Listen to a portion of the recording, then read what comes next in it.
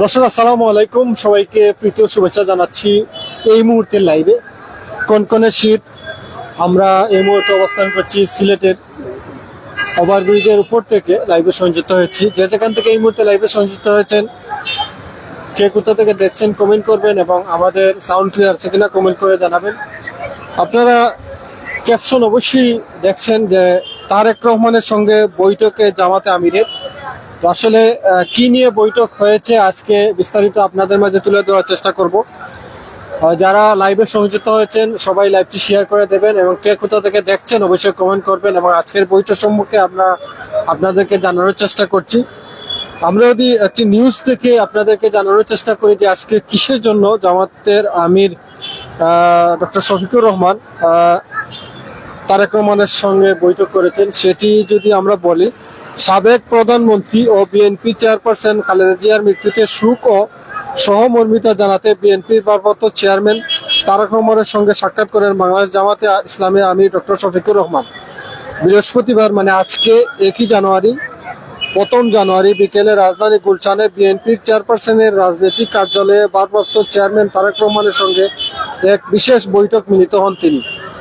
বৈঠক শেষে সাংবাদিকদের সঙ্গে আলাপকালে তিনি আগামী 5 বছরের জন্য দেশ গঠন বড় ধরনের ঐক্যের চমকপ্রদ বার্তা দেন। নির্বাচন পরবর্তী রাষ্ট্র গঠন ও জাতীয় ঐক্যের লক্ষ্যে এক নতুন রাজনৈতিক সমীকরণের ইঙ্গিত দেন জামাতের আমির। বৈঠকের শুরুতে ডক্টর শফিকুর রহমানের নেতৃত্বে জামাতের প্রতিনিধি দলটি সদ্য প্রয়াত খালেদা জিয়ার মৃত্যুতে শোক বইয়ের স্বাক্ষর করেন এবং তার রুহের মাগফিরাত কামনা করেন। খালেদা জিয়ার প্রতি শ্রদ্ধা জানিয়ে ডক্টর শফিকুর রহমান বলেন, বেগম জিয়া গণতন্ত্র পূর্ণ প্রতিষ্ঠা ও নাগরিক অধিকার আদায়ের জন্য আজীবন লড়াই করে গেছেন। তিনি ইতিহাসের বিরল সম্মান নিয়ে বিদায় দিয়েছেন, যা তার প্রাপ্য ছিল। আমরাও যদি জাতির জন্য এমন অবদান রাখতে পারি তবে আমরাও একই সম্মান পাব। খালেদা জিয়ার চিকিৎসার অবহেলার অভিযোগ এনে জামাতে আমির বলেন, তার বিদেশে চিকিৎসার জন্য বারবার আবেদন করা হয়েছিল, কিন্তু যখন অনুমতি দেওয়া হলো ততদিনে তার অপূরণীয় ক্ষতি হয়ে গেছে। ভবিষ্যৎ রাজনীতির আলোচনা নিয়ে শফিকুর রহমান বলেন, দেশে একটি সুন্দর গণতান্ত্রিক পরিবেশে ফিরিয়ে আনতে জাতীয় নির্বাচনের পরে এবং সরকার গঠনের আগে আমরা সবাই মিলে একসঙ্গে কাজ করতে পারি কিনা সে বিষয়ে তারেক রহমানের সঙ্গে আলোচনা হয়েছে। নির্বাচনের পর কিন্তু শপথ গ্রহণের আগে আমরা আবার একসঙ্গে বসব। তিনি আরও বলেন, অতীতে আমরা যেমন রাজপথে একসঙ্গে কাজ করেছি ভবিষ্যতে করতে পারি। আগামী 5 বছরের জন্য জাতির জন্য ভালো কিছু করতে আমরা কতটা ঐক্যবদ্ধ হতে পারি তা নিয়ে আমাদের মধ্যে ফলপ্রসূ আলোচনা হয়েছে। নির্বাচন নিয়ে নিজেদের অবস্থানের বিষয়ে ডক্টর শফিকুর রহমান বলেন, আমরা চাই আগামী নির্বাচন যেন সম্পূর্ণ নির্ভীক ও স্বচ্ছ হয়। একটি সুন্দর গণতান্ত্রিক পরিবেশে ফেরাতে আমরা বদ্ধপরিকর। তো দর্শক, আপনারা শুনলেন যে জামাতে আমির ডক্টর শফিকুর রহমান তারেক রহমানের সাথে আসলে বৈঠক কেন করেছেন সেটি আপনাদের মাঝে তুলে ধরার চেষ্টা করছিলাম। আমরা যদি একটু আমাদের কাছ থেকে বলতে চাই, এটি হচ্ছে রাজনীতির একটি সৌন্দর্য। এই যে বিভিন্ন রাজনৈতিক দল আমরা দেখেছি, বিভিন্ন রাজনৈতিক দল আসলে দেখা করছে, শুধু জামাত করেননি, আমরা ইসলামী আন্দোলন বাংলাদেশ, এরপরে আরো বিভিন্ন রাজনৈতিক দল তারেক রহমানের সাথে দেখা করেছেন। এবং আপনারা জানেন, সাবেক 3বারের প্রধানমন্ত্রী বেগম খালেদা জিয়া মৃত্যুবরণের পরে আসলে সবাই শোক প্রকাশ করেছেন এবং বিভিন্ন রাজনৈতিক দল তারেক রহমানের সঙ্গে দেখা করেন এবং শোক বইয়ে স্বাক্ষর করেছেন। এটি হচ্ছে রাজনীতির একটা সৌন্দর্য। তো আমরা এই সৌন্দর্যটা আসলে সারা জীবনে দেখতে চাই। আসলে কে নির্বাচনে আসবেন, কে নির্বাচিত হবেন, সেটি আসলে যদি দেখা যায় তাইলে হয়তোবা আমরা একজন আর পরস্পরের যে হিংসাত্মক রাজনীতিকে আমরা ফিরিয়ে আসতে হবে। এরকম আমরা যদি একাত্মভাবে বিভিন্ন রাজনৈতিক দল চলাফেরা করে তাহলে দেশটা আসলে সুন্দরভাবে চলাফেরা করবে এবং দেশের মানুষজন আসলে সুন্দরভাবে এটা গ্রহণ করবে। তো আমরা আশা করছি যে এরকম সৌন্দর্য সারা জীবন থাক বিভিন্ন রাজনৈতিক দলের মধ্যে। আসলে আমরা সবসময় এরকম আসলে রাজনীতিক দল আমরা দেখতে চাই সবসময়।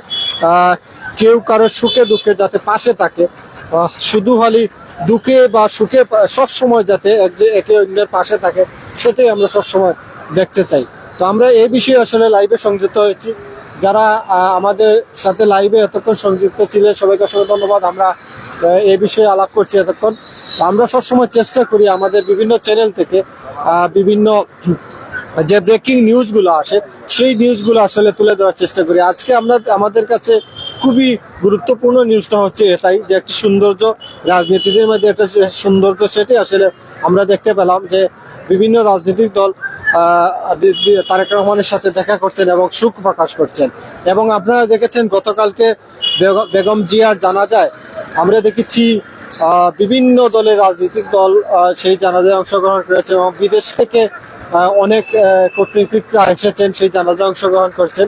কারণ এই যে একটি জানাজা হয়েছে সেটি হচ্ছে বাংলাদেশের মধ্যে একটি ইতিহাস, বিরল একটি ইতিহাস সৃষ্টি হয়ে গেছে, যে লক্ষ লক্ষ মানুষের সমাগম হয়েছে। গতকাল সাবেক 3 বারের প্রধানমন্ত্রী বেগম খালেদা জিয়ার যে জানাজা হয়েছে সেটি আমরা হয়তো যেতে পারিনি আমরা সিলেট থেকে, কিন্তু আমরা সিলেট থেকে দেখেছি এবং সিলেটের বিভিন্ন নিউজে সেটি আসলে তুলে ধরার চেষ্টা করেছিলাম। কিন্তু এই জানা যায় যে লক্ষ লক্ষ মানুষের উপস্থিতি সেটি আসলে স্মরণীয় হয়ে থাকবে পুরো বাংলাদেশে। তো আমরা চাই এই যে জানা যায় শুধু একত্রিতভাবে বিএনপির এই জানাজা অংশগ্রহণ ছিলেন না, ছিলেন বিভিন্ন রাজনৈতিক দল, বিএনপি, জামাত, এনসিপি, ইসলামী আন্দোলন বাংলাদেশ সহ দেশের বিভিন্ন রাজনৈতিক দল সেই জানাজা অংশগ্রহণ করেছে। তো আমরা সবসময় চেষ্টা করি এরকম সুন্দর যাতে দেশটা পরিচালনা করা হয়। সামনে যেই আসুক, যেই সামনে দিয়ে নির্বাচিত হোক না কেন, আমরা চাই এরকম সৌন্দর্য বিভিন্ন রাজনৈতিক দলের মধ্যে সৌন্দর্য সমঝোতা থাকে এবং পরস্পরের হিংসা বিদ্বেষ দূর করে যাতে সুন্দরভাবে সবে যেও পাশ করে না কেন অন্য দলকে নিয়ে আসলে দেশটা কিভাবে পরিচালনা করা যায়, অন্য দলের সাথে সংযুক্ত করে আসলে দেশটা কিভাবে সংসদভাবে সুন্দরভাবে পরিচালনা করা হয়, সেটাই আমরা আশা করি। তো আজকের এই নিউজটি হচ্ছে এই যে আজকে আমরা জামাতের সাথে তারেক রহমানের বৈঠক, সেটি হচ্ছে যে সাবেক প্রধানমন্ত্রী বেগম খালেদা জিয়ার মৃত্যুর যে সুখটা আসলে প্রকাশ করা হয়েছে বেগম তারেক রহমানের সাথে দেখা করে এবং সুখ বইতে স্বাক্ষর করেছেন জামাতের আমির। সেই সাথে গতকালকেও দেখেছি আমরা জানা যায় হাজার হাজার বিএনপি সহ বিভিন্ন রাজনৈতিক দল সেখানে উপস্থিত হয়েছেন এবং সুখ বইতে স্বাক্ষর করেছেন। তো আমরা আশা করব এরকম রাজনৈতিক প্রতিহিংসা দূর করে যাতে সুন্দরভাবে রাজনীতিটা যাতে সুন্দরভাবে পরিচালনা করে, সেটাই আমরা আশা করছি। আরেকটা বিষয় হচ্ছে সেই সাথে আরেকটি বিষয় আপনাদের সাথে যোগ করে নেই। আপনারা জানেন আজকে আমাদের সিলেটে আমরা সর্বোচ্চ আসলে সর্বনিম্ন আমরা তাপমাত্রা দুপুরে দেখেছি যেটি 9.6 ডিগ্রি সেলসিয়াস। এখন হয়তোবা দেখিনি আমরা, হয়তোবা আরো একটু কমতে পারে, হয়তোবা 9, 8, 8.5 এরকম থাকতে পারে। তো এই অবস্থায়